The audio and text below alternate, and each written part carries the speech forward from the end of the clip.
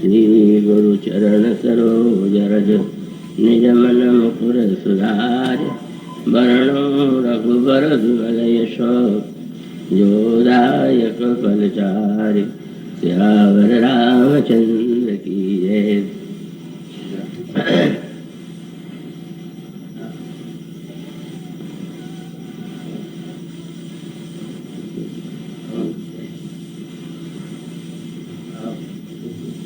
जोग लगन ग्रह बार तिथि सकल भय अनुकूल चर अरु अचर हरस जुत राम जन्म सुख मूल। भगवत सारसिक महानुभाव भक्तिमती देवियों, प्रभु श्री रामभद्र के अवतरण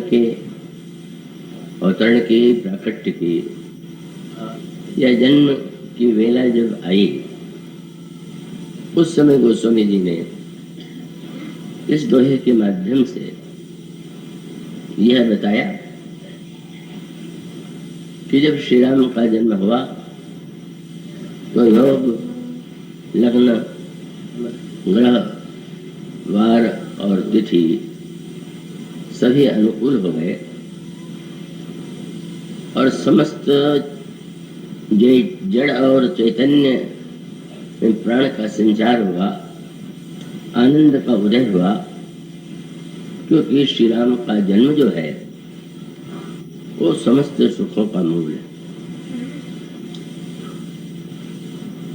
वस्तुतः ये जो गणना जिनका नाम लिया गया है वो ज्योतिष शास्त्र के विषय हैं, और जिन लोगों ने ज्योतिष शास्त्र का यत्किंचित अध्ययन किया होगा वे यह जानते होंगे कि ग्रहों के योग का क्या परिणाम व्यक्ति के जीवन में होता है। उसके साथ साथ उसके जो जन्म के लग्न है, जो दिन है, तिथि है, इनके माध्यम से ज्योतिषी जन्म लेने वाले बालक के भविष्य का फल बताते हैं। और इसके पीछे जो धारणा है वह महत्वपूर्ण है। अगर केवल बाहरी दृष्टि से देखें, बहिरंग दृष्टि से देखें, तो प्रत्येक व्यक्ति जो है लगता है कि वो अलग अलग है, सबकी इकाई अलग है। पर जब गहराई से विचार करते हैं तो क्या सचमुच व्यक्ति अलग जैसा दिखाई देता है? वैसा ही है क्या? आप एक परिवार की कल्पना कीजिए। परिवार में जो व्यक्ति हैं, क्या एक व्यक्ति की मनस्थिति का, उसके व्यवहार का प्रभाव आपके ऊपर, हमारे ऊपर नहीं पड़ता है?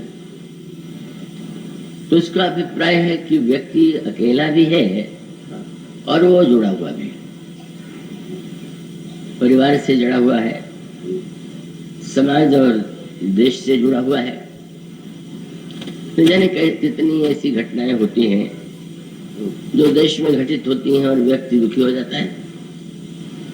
अपने नगर में, अपने परिवार में, अपने निकटस्थ व्यक्तियों में कुछ बातें ऐसी होती हैं जो अप्रिय प्रतीत होती हैं, और तब मानो हमारे जो अंतरंग मुनि हैं उन्होंने उसको एक क्रम देने की चेष्टा की, और इसका अभिप्राय है कि हम स्वयं अकेले दिखाई देने पर भी कहीं न कहीं सबसे जुड़े हुए हैं। और दूसरी ओर जो हम और आप खड़े हैं, हम लोगों का आधार क्या है? जो पृथ्वी है, अगर न हो, आधार न हो तो व्यक्ति कहाँ खड़ा रहेगा? कितना भी शक्तिशाली, कितना भी सक्षम व्यक्ति हो, लेकिन वो आधार के बिना तो स्वयं अपने को खड़ा भी नहीं रख सकता है। पर इसके बाद फिर प्रश्न आता है कि व्यक्ति जो है वो देश पर या पृथ्वी पर खड़ा है। पर फिर प्रश्न आता है कि ये पृथ्वी जो है, पृथ्वी तक तो हमें और आपको दिखाई देती है, पर पृथ्वी कैसे टिकी हुई है, उसका आधार क्या है? और तब हमारी पौराणिक जो धारणा है, मान्यता यह है कि ये पृथ्वी शेष भगवान के सिर पर स्थित है। शेष का जो वर्णन किया गया कि जिनके 1000 मुख हैं, फण हैं, और यह जो शेष है, अगर आध्यात्मिक दृष्टि से विचार करके देखें तो ये शेष माने काल। व्यक्ति देश के आधार पर टिका हुआ है, देश काल के आधार पर टिका हुआ है, पर बात वहीं समाप्त नहीं हो जाती है। फिर प्रश्न आया कि काल का आधार क्या है? पृथ्वी अगर शेष के आधार पर है, हम और आप पृथ्वी पर स्थित है, पृथ्वी शेष पर विराजमान है, तो शेष, और तब कहते हैं कि उनके पीछे भगवान कच्छप रूप में विद्यमान। अब इस क्रम का तात्पर्य यह है, व्यक्ति पृथ्वी का अंग, पृथ्वी काल के आधार पर टिकी हुई, और स्वयं काल जो है वो ईश्वर पर स्थित है। मूल में वो सबके को का नियामक, सबको धारण करने वाला ईश्वर ही। तो ज्योतिष शास्त्र की दृष्टि जो है मुख्यतः काल परक। और अगर आप रामायण में उसको कथा प्रसंग की दृष्टि से हृदयंगम करना चाहें तो श्री राम के साथ जो द्वितीय पात्र जो निरंतर श्री राम के साथ रहते ही हैं, वे कौन है? वे हैं लक्ष्मण। और लक्ष्मण जी का स्वरूप क्या है? पुराण कहते हैं लक्ष्मण जो है शेष के अवतार है। और रामचरितमानस में भी जब लक्ष्मण जी की वंदना की गई तो इसी रूप में की गई। वहां पर वो पंक्तियां आपने अवश्य पढ़ी होंगी, जिसमें गोस्वामी जी कहते हैं, बंदऊ लक्ष्मण पद जल जाता, शीतल सुभग भगत सुख दाता, रघुपति कीरति विमल पताका, दंड समान भयउ जस जाका। श्री लक्ष्मण मानो श्री राम की जो कीर्ति की ध्वजा है उसके दंड है। तो ये चरित्रगत उनकी विशेषता और उनके आदर्श की व्याख्या है। पर अगली पंक्तियों में गोस्वामी जी उनके आदिदैविक और आध्यात्मिक रूप की ओर हमारा ध्यान आकृष्ट करते हैं, और वह पंक्ति है शेष।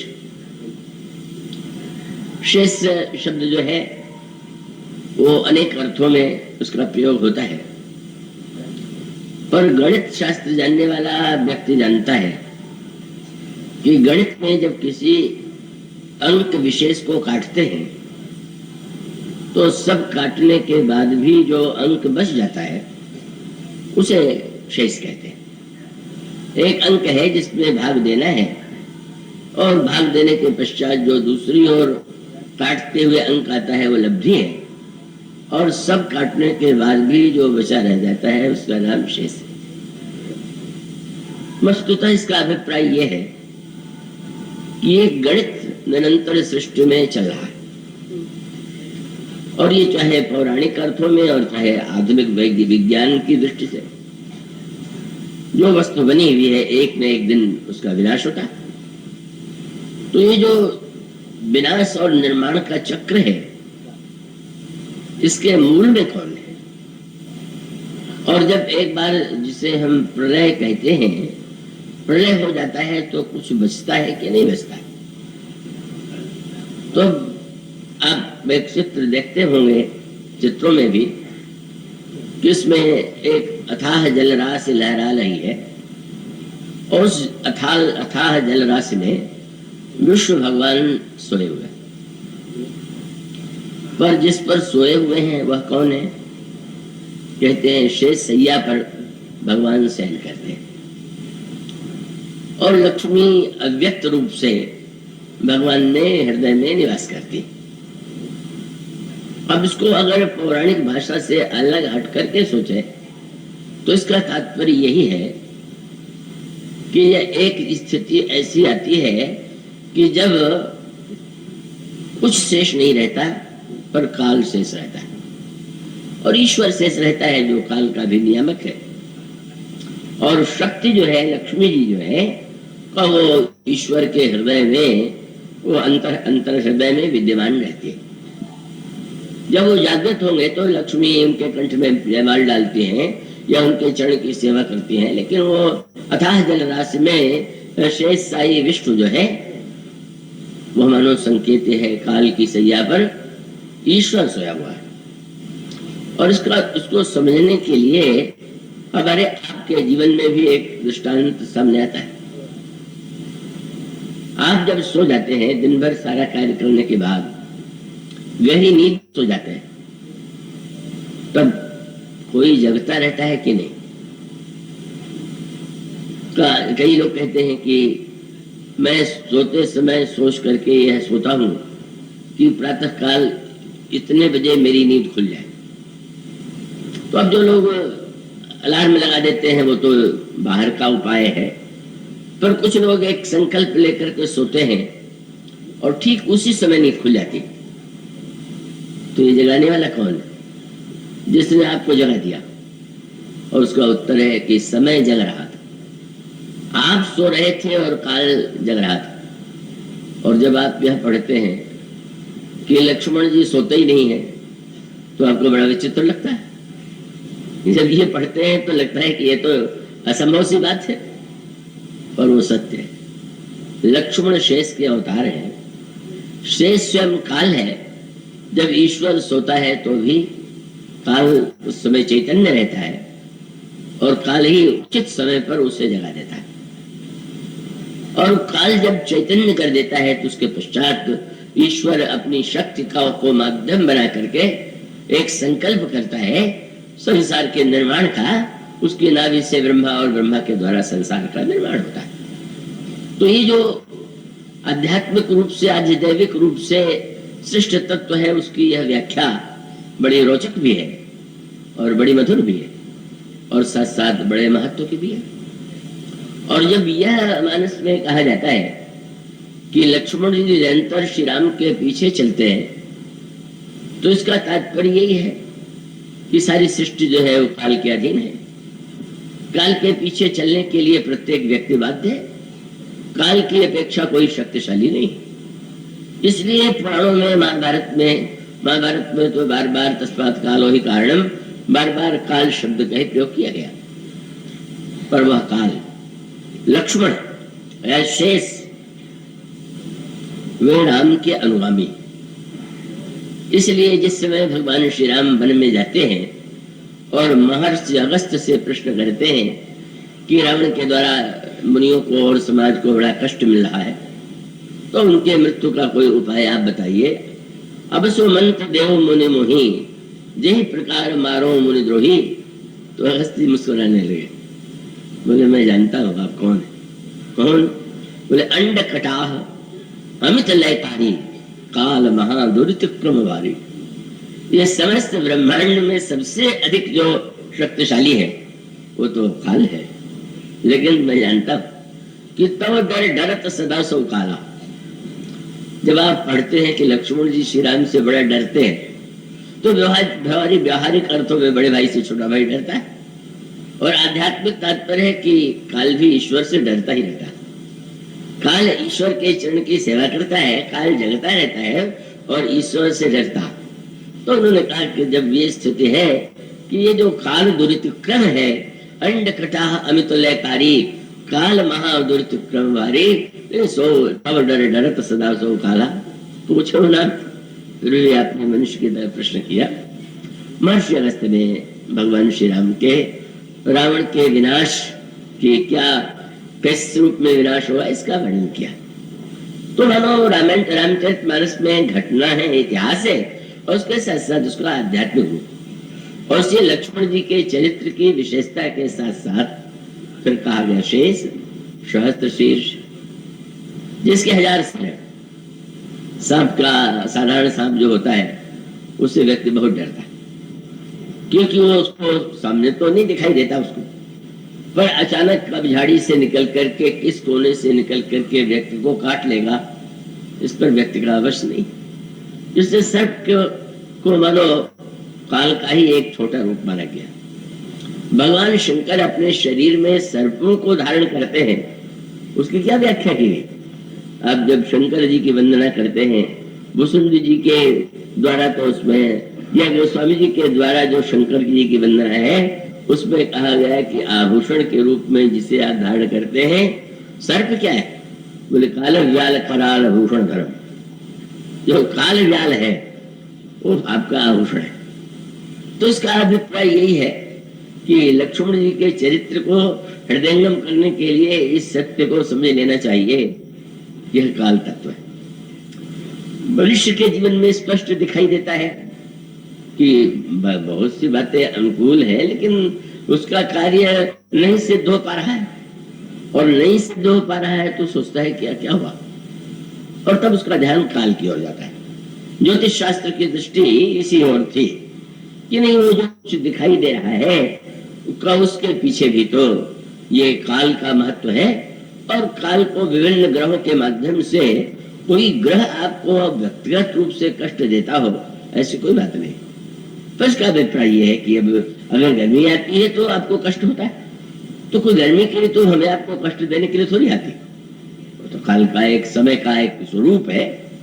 तो इसलिए भगवान के साथ जब लक्ष्मण जी अवतार लेते हैं तो उसका तात्पर्य यही है कि काल ईश्वर का अनुगमन करता है, और इसलिए जो शब्द ईश्वर के लिए कहा जाता है रामायण में, जो राम जी की वंदना है वैसे ही लक्ष्मण जी की वंदना है।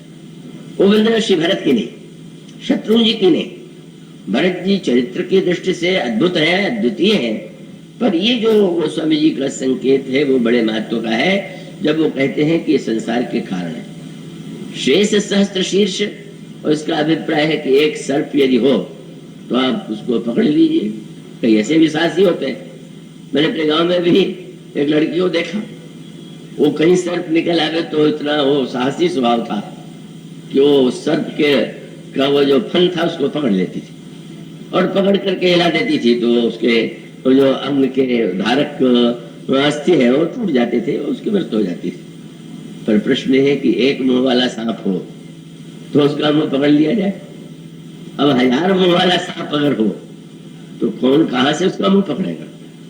और इसलिए मानो यह जो काल है इसके 1000 मुंह है, और वो उसके साथ जब ये कह देते हैं कि भगवान तो उस पर आनंद से शयन करते हैं, तो इसका अभिप्राय है कि चाहे भगवान शंकर आभूषण के रूप में काल को धारण करते हो, या भगवान विष्णु सैया के रूप में काल को धारण करते हो, उनका गुण।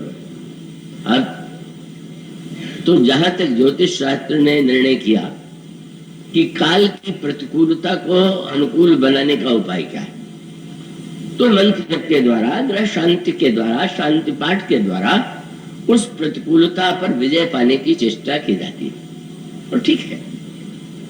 पर उससे भी अंतरंग में जो दृष्टि डालने वाले हैं, अब आपके पड़ोसी में कोई प्रतिकूल हो तो आप उसे भी प्रसन्न करने की चेष्टा करते हैं, समाज में कोई विरुद्ध हो तो भी आप उसे प्रसन्न करने की चेष्टा करते हैं। तो ग्रहों को प्रसन्न करने की चेष्टा करें तो इसमें कोई आश्चर्य नहीं। लेकिन जो भक्त है, भक्त कहता है कि भाई अब कितने ग्रह हैं, ज्योतिष शास्त्र ने कहा 9 ग्रह हैं, उनकी विधि है, उनका जप है, बड़ा विस्तार है, और उसमें भी एक अनुकूल होगा तो दूसरा प्रतिकूल होगा। तो उपाय क्या है? बोले सीधे जो कालातीत है उसी को प्रसन्न करने की चेष्टा की जाए, क्योंकि कितनी भी हम चेष्टा करें तो सब ग्रह अनुकूल नहीं होंगे, सारा वातावरण और सारा समाज आपके अनुकूल नहीं होगा। इसलिए क्यों ना जो समस्त काल का नियामक है, जो प्रेरक है, और जिसकी इच्छा से काल सदा संचालित होता है, हम उस ईश्वर के प्रति नमन करें। मानो ये ना अर्थ लीजिएगा इस दोहे का कि भगवान राम का जब जन्म हुआ तो ये ग्रह जो है अनुकूल थे, अनुकूल थे नहीं, हो गए, और इसमें बहुत बड़ा अंतर है। वो थे तो कभी हो ही नहीं सकता, जब भी ज्योतिष शास्त्र की दृष्टि से विचार करके देखें तो नवग्रह में कुछ अनुकूल होंगे, कुछ प्रतिकूल होंगे, पर मानो संकेत ये है कि ईश्वर का जब जन्म होता है तो मानो हमारे जीवन में इन ग्रहों की प्रतिकूलता का कोई प्रभाव नहीं होता है और वे सभी अनुकूल हो जाते हैं। कभी कोई अर्थ लेने में भूल हो जाती है ना। जब विश्वमोहिनी का हाथ नारद जी ने देखा, हस्तरेखा देखी, तो उनको दिखाई पड़ा उस रेखा को पढ़कर देख करके कि जो यही बरई अमर सो होई, जो इसके विवाह उन्होंने अर्थ लिया कि इस कन्या से जो विवाह करेगा वो अमर हो जाएगा और समर भूमि ते जीत न कोई, उसको युद्ध क्षेत्र में कोई जीत नहीं पावेगा और सेवन सकल चराचर जाहि ताहि, समस्त चर अचर उसकी सेवा करेंगे, बड़े स्थिर निधि कन्या जाए।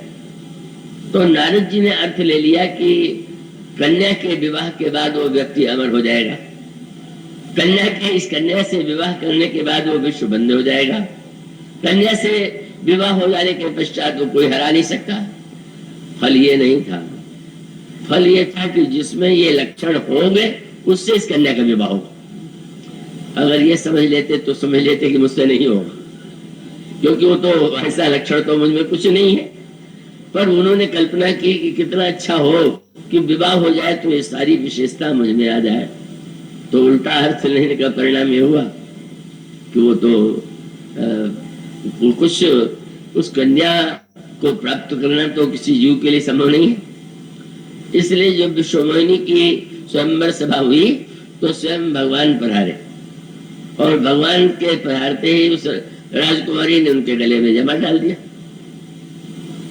विष्णु भगवान को इस तरह से अपने कंठ में जयमाल धारण करते देख करके नारद जी को बड़ा क्रोध आया, क्योंकि रुद्रमणों ने कहा जरा शीशे में अपना मुंह देखो।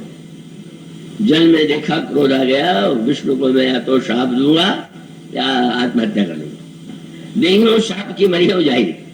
बोले जगत मोर उपहास कराई, और जब क्रोध में भर करके चले तो बीच ही पंथ मिले धनुजारी, भगवान बीच मार्ग में मिल गए।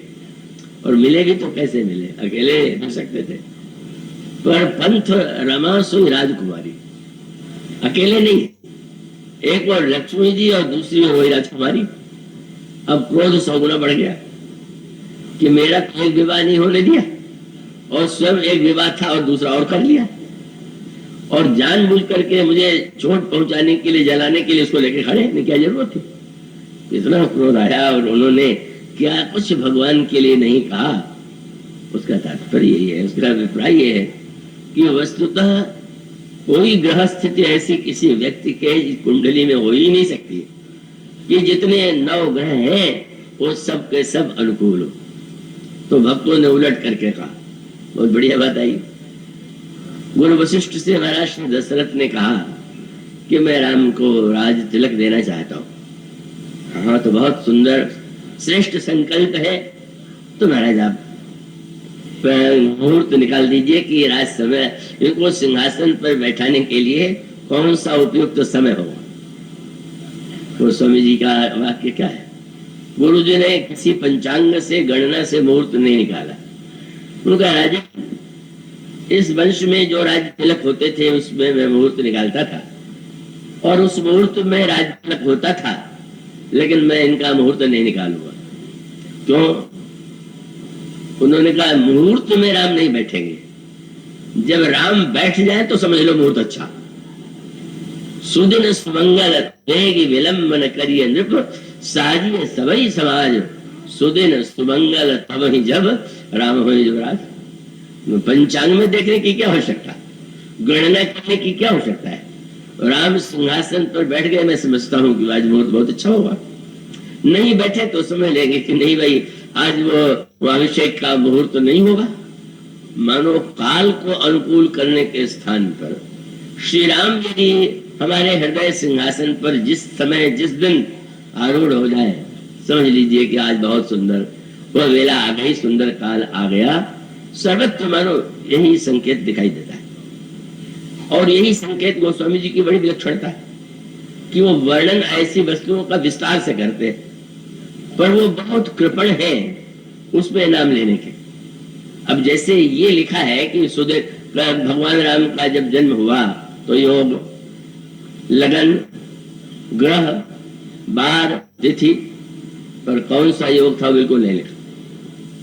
कौन सी लग्न में श्री राम का जन्म हुआ और ज्योतिष शास्त्रियों ने जो कुंडली बनाई उसमें है, पर उन्होंने बिल्कुल नहीं लिखा। गोस्वामी जी उन मुहूर्तों का वर्णन तो बड़े विस्तार से करते हैं, पर अंक या उसको उनका नाम तो इतना संक्षेप में लेते हैं कि लगता है कि जैसे वो बड़ी ही कठिनाई से एक या दो बात कह पाते।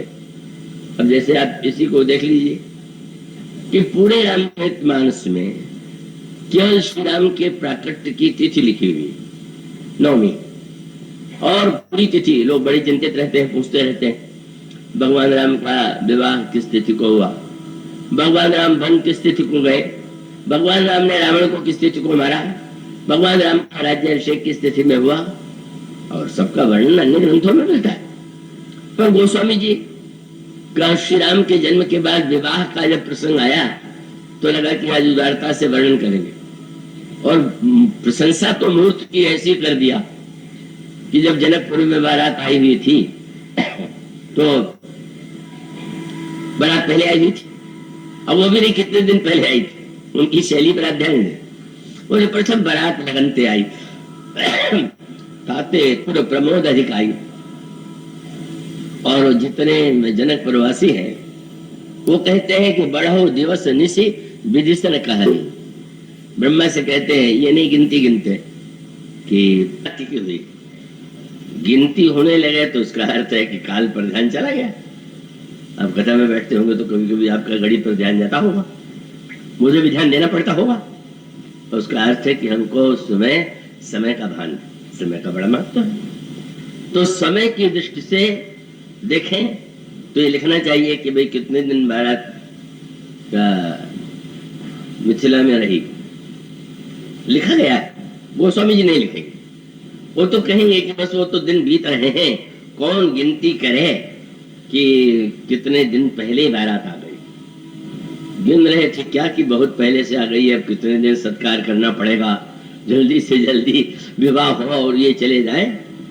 मानो स्त्री पुरुष मनोती मानते रहते हैं कि दिन का भान, दिन बस दिन बढ़ते ही चला जाए।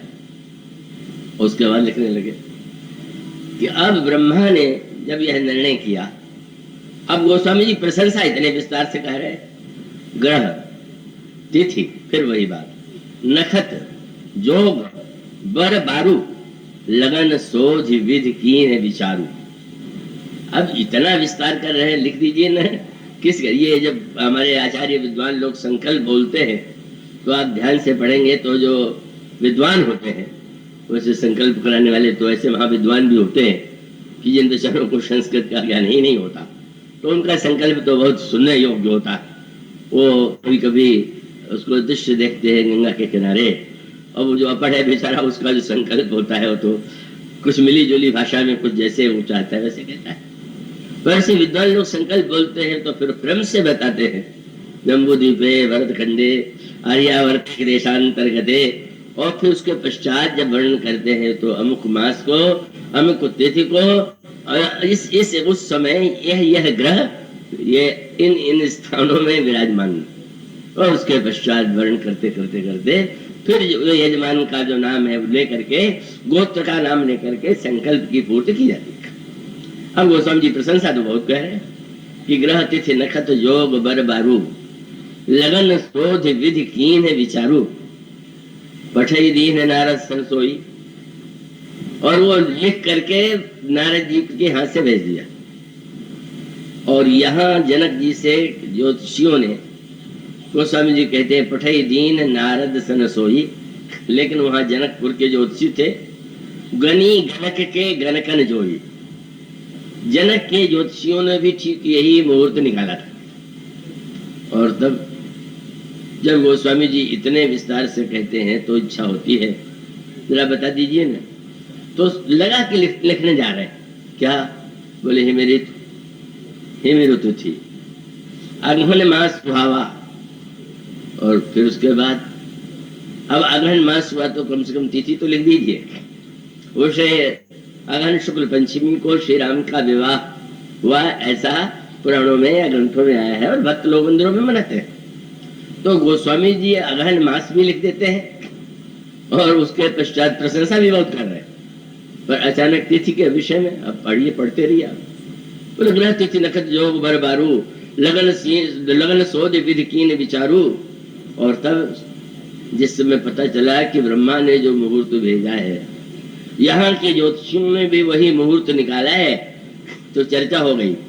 गणी गणक के जनकन जोई, तो सुनी सकल लोगन यह बाता, कहीं ज्योतिषी आई विधाता।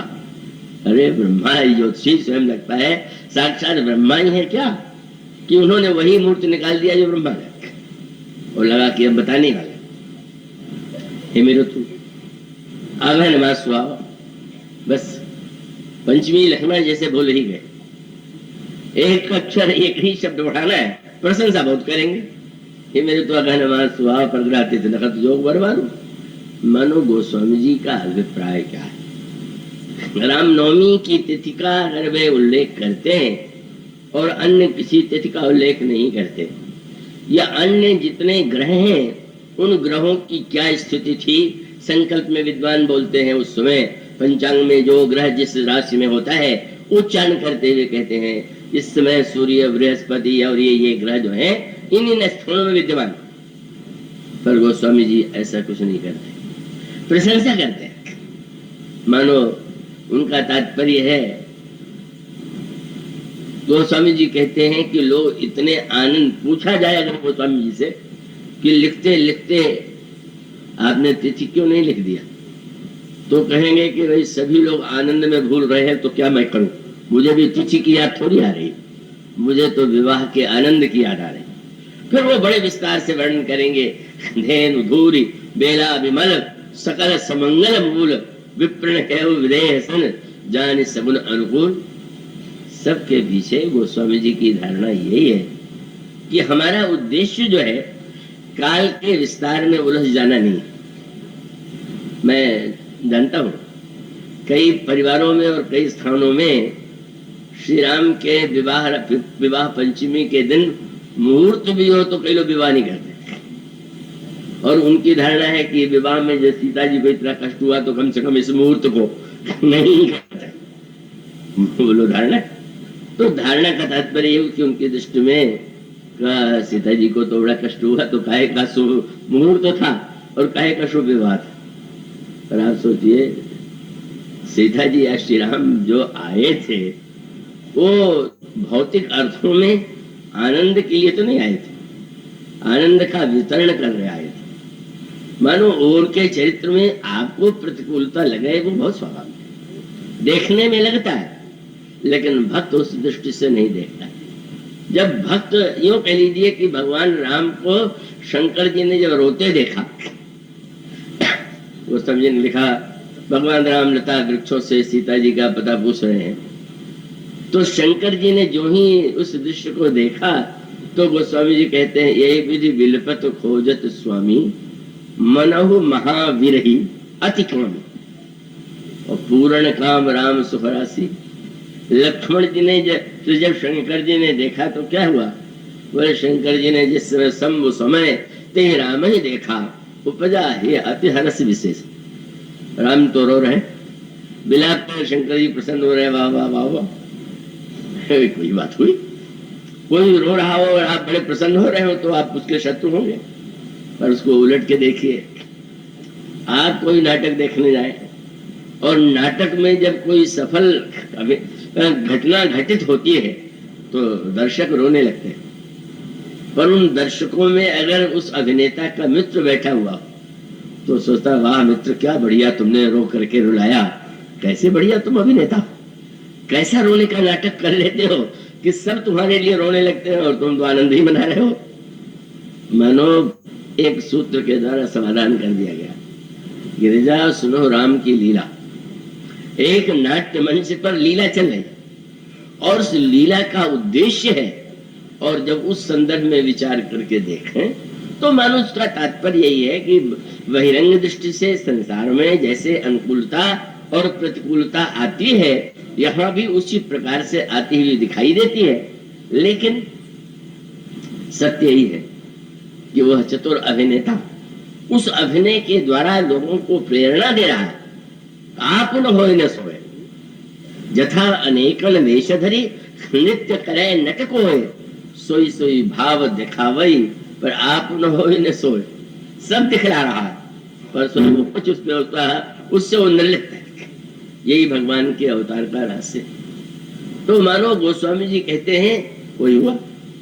शंकर जी जिसमें नारद जी ने भगवान को देखा, भगवान शंकर तो प्रसन्न हो रहे और नारद जी बोले विरहवंत भगवंत ही देखी, नारद उर्भा सोच बिसेखी। नारद जी व्याकुल हो गए, शंकर जी हंस रहे हैं। क्यों?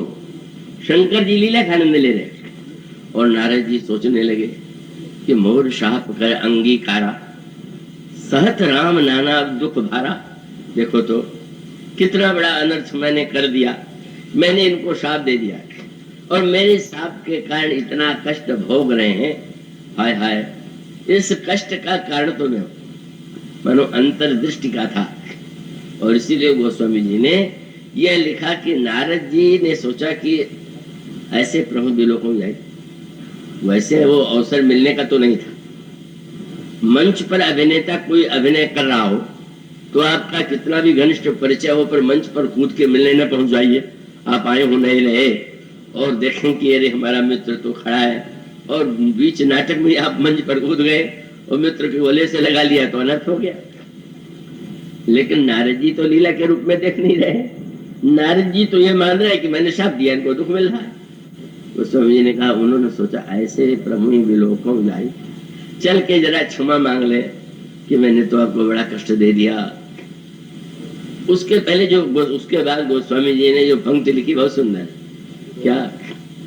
एकांत था, वृक्ष के नीचे भगवान राम और लक्ष्मण जी बैठे हुए थे। और कैसे बैठे हुए थे? बोले बैठे परम प्रसन्न कृपाला, कहत अनुज सन कथा रसाला। बहुत प्रसन्न थे और कोई रसमयी कथा लक्ष्मण को सुना रहे। और लक्ष्मण जी को जो आते देखा तो ऐसा आंसू बहाने का नाटक किया कि नारद जी को लगा कि ये तो बड़े दुखी है। माने अभिनेता पर्दे की आड़ में बैठ करके जो आनंद ले रहा है, यूं ही वो देखेगा कि अरे पर्दा खुल गया, अब तो दर्शक देख रहे हैं, तो उसको तुरंत अभिनय में आना पड़ेगा। भगवान ने सोच दिया भाई नारद ने शाप दिया, ठीक नाटक में बैठ जाओ। मानो इसका अभिप्राय है कि यह तो वस्तुतः भगवान के द्वारा की जाने वाली लीला है। और लीला का उद्देश्य अगर व्यक्ति जीवन में ग्रहण कर लेता है तो लीला का उद्देश्य सही अर्थों में पूरा हो जाता है। और लीला के द्वारा अगर वो पात्रों के संबंध में निर्णय करेगा तो राम कैसे लगे? बोले मनो महाविरही अतिकामी। जब भगवान से नारद जी ने पूछ दिया कि जब विवाह में चाहे की ना, प्रभु के ही कारण करने दीना, मैं जब विवाह करना चाहता था तो आपने क्यों नहीं करने दिया? बोले आपने तो विवाह किया और देखिए इतना रो रहे हैं। तो भगवान ने हंस करके नारद से कहा, ठीक मैं रहा हूं पर तुम्हें तो रोने से बचा लिया ना। तो मगर विवाह करके तुमको भी रोना पड़ता तो भैया तुमको ये सोच के प्रसन्न हो जाना चाहिए। मानो भगवान की जो लीला का तत्व है वो घटनाओं के द्वारा, मानो क्रम यही, हम जीवन में कैसे प्रतिकूलता में अनुकूलता का आनंद लें। अनुकूलता है तो अनुकूलता का आनंद तो लेनी चाहिए, पर अगर भिन्नता है तो बोले बस यही अनुभव करें। वो भक्तों से अगर पूछा जाए कौन सा योग था, कौन सी लगन थी जब राम का जन्म हुआ, तुलसीदास जी दोहा लिखते हैं, पर वो उन्होंने विचित्र कार्य किया। बड़ी सारे रामायण में बहुत उदारता किया, तो वहां पर जरूर थोड़ा विस्तार से, और उसके पीछे भी उद्देश्य था। नवमी तिथि, मधुमास पुनीसा, शुक्ल पक्ष, अभिजित हरिप्रीता। भगवान का जन्म अभिजित में हुआ, विवाह आदि में कुछ नहीं। क्यों ये नवमी का नाम क्यों ले लिया, वार का नाम क्यों ले लिया, अभिजित का नाम क्यों ले लिया? गोस्वामी जी का उद्देश्य भिन्न है। और उस भिन्नता को अगर हम सही अर्थ में ले लें, अब अभिजित नक्षत्र जो है वो बड़े बड़ा कल्याणप्रद है और बड़ा सुशोभन है। और उसके विषय में माना जाता है कि वो अन्य जो ये जो ग्रह हैं, वो जो अन्य नक्षत्र हैं, वो एक एक दिन आते हैं, पर अभिजित जो है वो प्रत्येक दिन 12 बजे आता है। मध्याह्न में नित्य अभिजित आता है। अभिजित को स्वामी जी ने इतना महत्व क्यों दे दिया? पुष्य को ज्योतिष में जन्म बताते हैं, पर वो अभिजित का नाम लेते हैं। उसके पीछे क्या तात्पर्य है उनका? अभी सज्जन ने तो ऐसा तात्पर्य ले लिया कि उन्होंने पढ़ लिया कि भगवान का जन्म अभिजित में हुआ, तो प्रत्येक कार्य अभिजित में करना चाहिए, उन्होंने निश्चय कर लिया। और वो अभिजित के पीछे इतने दीवाने हो गए कि एक संस्मरण जब मुझे सुनने को मिला तो मैंने सोचा कि किस तरह से क्या अर्थ लेते हैं। अब उनको अभिजित में यात्रा करना था, पर जिस ट्रेन से जाना था वो ट्रेन अभिजित से पहले निकल जाती थी। अब वो क्या करें? तो उन्होंने अपने समृद्धशाली थे, 3-4 व्यक्तियों को अलग अलग गाड़ी में बैठा दे, दूर जाओ और गाड़ी को रोकते रहो जब तक अभिजित ना आ जाए। भला बताइए, वो सज्जन संयोग से आए हुए, नाम नहीं मैं बताऊंगा, लेकिन मैं तो सुन के हैरान रह गया। अब सोचिए उनके अभिजित के कारण यात्रियों को कितना कष्ट होता था। मैंने जब सुना तो उनको समझाया कि ये क्या हुआ कि आपने तो ये चेष्टा कर दिया कि घंटे 2 घंटे व्यतीत हो जाए, अभिजित आ जाए। तो स्वामी जी तो बहुत बड़ी बात कहते हैं, अभिजित तो नित्य आता है। मानो अगर कोई नक्षत्र दूसरा हो तो उस नक्षत्र की प्रतीक्षा करनी पड़ेगी, पर अभिजित नित्य है। अभिजित में शुभ नहीं मानो। जिस समय भगवान का अंतःकरण में जन्म हो जाए, समझ लो अभिजित आ गया। यह जब व्यक्ति समझ लेता है, अगर पूछा जाए कि कौन सा योग था, तो भक्तों का योग वह नहीं होता है जो ज्योतिष शास्त्र का योग होता है। चंद्रमा, बृहस्पति, सूर्य, इनका योग हो, और कैसे गज केसरी योग, और कैसे लक्ष्मी योग, कैसे यश योग। यहाँ तो एक ऐसी योग है। श्री भरत की मां ने अपने पुत्र को राज्य दिलाने के लिए मंथरा ने भड़काया, व्याकुल हो गई, और तब मंथरा ने कहा घबराने की आवश्यकता नहीं। जब मैंने ये सुना कि राम को राज्य मिलने वाला है, तो मैं ज्योतिषियों के पास गई, पूछा गुनि न रेख तिन खाची, भरत भुआल होई यह साची। ज्योतिषियों ने गणना करके बता दिया, घबराओ मत, राजा भरत होंगे। ज्योतिषी लोग तो तरह तरह से फल बता भी देते। जब यह सुना तो कैकेयी जी को थोड़ा संतोष हो गया, पर क्या वह योग उसको श्री भरत ने किस अर्थ में दिया? तो संक्षेप में सूत्र इतना ही है कि श्री भरत को राज्य सिंहासन पर बैठाने के लिए कैकेयी जी ने जो कार्य किए, उसको श्री भरत ने किन अर्थों में दिया? वो तंत्र मंत्र का प्रयोग करने वाले ऐसा मानते हैं कि एक विशेष प्रकार की लकड़ी होती है, और उस लकड़ी को अगर छील करके और उसमें मंत्र पढ़ करके गाड़ दिया जाए तो सब कुछ बंटाधार हो जाता। वो उस लकड़ी का नाम मुझसे मत पूछिएगा, मुझे पता नहीं है, और न उस मंत्र का पता है, लेकिन उसका प्रयोग लोग करते हैं। श्री भरत जी ने यही कहा कि कैकेयी ने ऐसा राज्य देने के लिए मेरे मुहूर्त चुना। अपने समझ से तो बड़ा सुंदर चुना, पर वही जो तंत्र शास्त्र का माँ तो कुमत बढ़ई अघमूला, ते हमारा हित कीन बसूला। माँ की जो दुर्बुद्धि है वही मानो बढ़ई है, और उसने ऐसा कुमंत्र मंत्रा से करके मंत्रा से दीक्षा ले लिया। मां मार्गी साधिका मंत्रा, जिसको गोस्वामी जी ने पूछा, ये महाराज दशरथ जब गए तो कैकेयी बोल नहीं रही, जग रही। क्यों बोली? जागत मनो मसान। मार्गी लोग मसान जगाया करते हैं, तो मसान जगा रही थी और मंत्र दे दिया था। और गोस्वामी जी ने तुरंत ये कहा, भरत जी कहते हैं, उसने गाढ़ कठिन, उसने वह मंत्र डाल करके उस लकड़ी को मानो गाड़ दिया, और तब कितना बड़ा अनर्थ हो गया। और तब उनसे पूछा गया कि महाराज ये जो मंत्र तंत्र के द्वारा राज्य में इतना विनाश हो गया, इसका उपाय क्या है? बोले मिटई कुयोग राम फिर आए, बस ही अवध नहीं आनु पाए। राम आकर के अगर अयोध्या में आ जाए तो सुयोग, और न आवे तो क्यों। इसलिए गोस्वामी जी कहते हैं, भाई सब ग्रहों को सबको अनुकूल बनाना चाहते हो तो श्री राम के जन्म की धारणा, उनके प्राकट्य की लीला हमारे अंतःकरण में उदित हो, ये उनका तात्पर्य है। इसके बाद की चर्चा बोलिए।